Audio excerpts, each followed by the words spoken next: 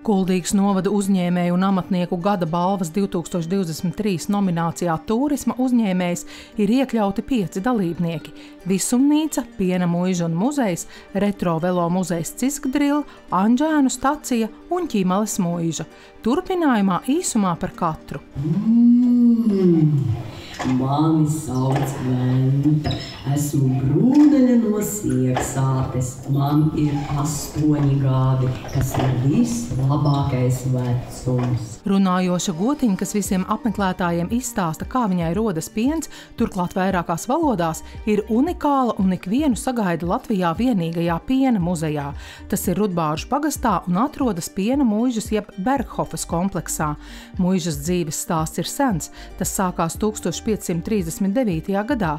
Tagadējais mūra nams, kas tiek dēvēts par Kurzemes neorokoko pērli, ir tapis tāpēc, ka 1905. gadā toreizējo baronu muižu nodedzināja līdz pamatiem.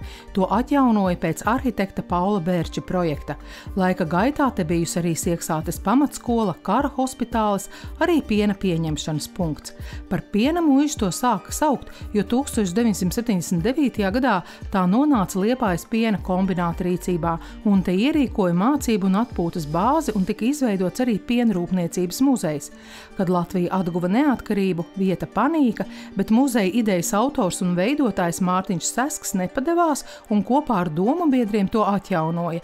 Šobrīd muižas kompleksā saimnieko Sesku ģimene, vēl bez jau pieminētā piena muzeja, te ir pieejami numuriņi nakšņošanai, rožu krodziņš, tenisa korti aktīvi dzīvesveida piekritējiem, svinību zāles, piena spā salons un pirts.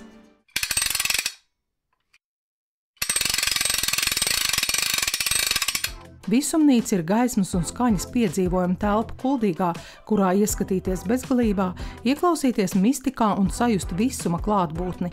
Ideja par tādas izveidošanu Sandai Svenčai Wernerei un Igoram Werneram, Latvijas dizaina veikaliņa Kuldi īpašniekiem, radusies Covida laikā, kad cilvēki meklēja kādu gūt mieru un līdzsvaru. Vieta iekārtota izmantojot spoguļus. Lai ideju īstenotu, piesaistīts multimākslinieks Uldis Kleinbergs, scenogrāfs Dāvis Līcītis un inženieris Normunds Skujāns. Visumnīcā ir 3 dažādas telpas. Mūziku var izvēlēties relaksējošu vai enerģisku. Visumnīca darbojas 2 gadus. Turisma sezonā apmeklētāji ir daudz. Vietas radītāji atzīst, ka gaidām arī jaunumi.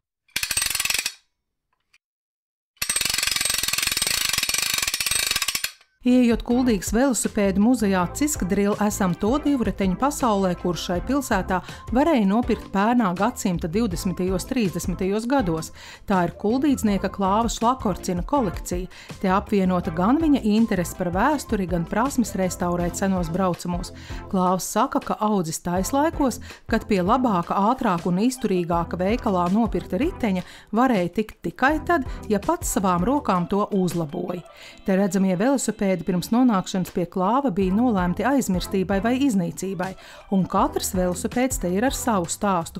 Piemēram, Anglijā ražotais Starley divritenis, ar kuru aktieris Evalds Valters apceļoja Latviju. Klāvs atzīst, ka viņa sapnis ir izveidot arī velosipēdu restaurācijas darbnīcu, kur cilvēki ar līdzīgām interesēm varētu nākt pēc padoma.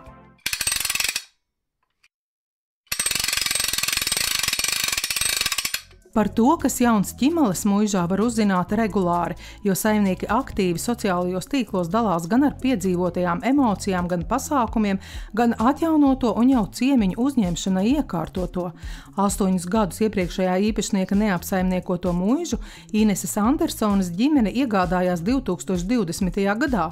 Covida laikā kemperī apceļojot Latviju un ieraugot, cik skaisti atjaunotas muižas, arī Inese nolēmus kādai dot otru iespēju. Lai arī par Ķimali nekas nebija dzirdēts, muiža uzreiz iepatikusies. Jāsaka, ka šo nedaudzo gadu laikā muižā ir paveikts milzīgs darbs, lai tai pakāpeniski atdotu seno godību.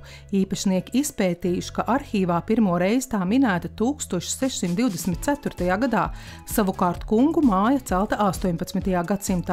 Saimnieki šo vietu veido atvērtu gan tiem, kas te reiz mācījušies, gan tiem, kas vēlas ienākt parunāties vai pārnakšņot, vai izsvinēt svētkus vai ilgāk izbaudīt senatnes elpu.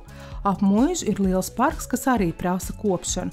Izcirsti pārstādīti krūmi, veidoti apstādījumi, tīrīti dīķi un veidoti celiņi un stāvlaukums. Un pamazām saimnieki virzās uz galveno mērķi – izveidot te brīvdienu māju laimīgiem brīžiem.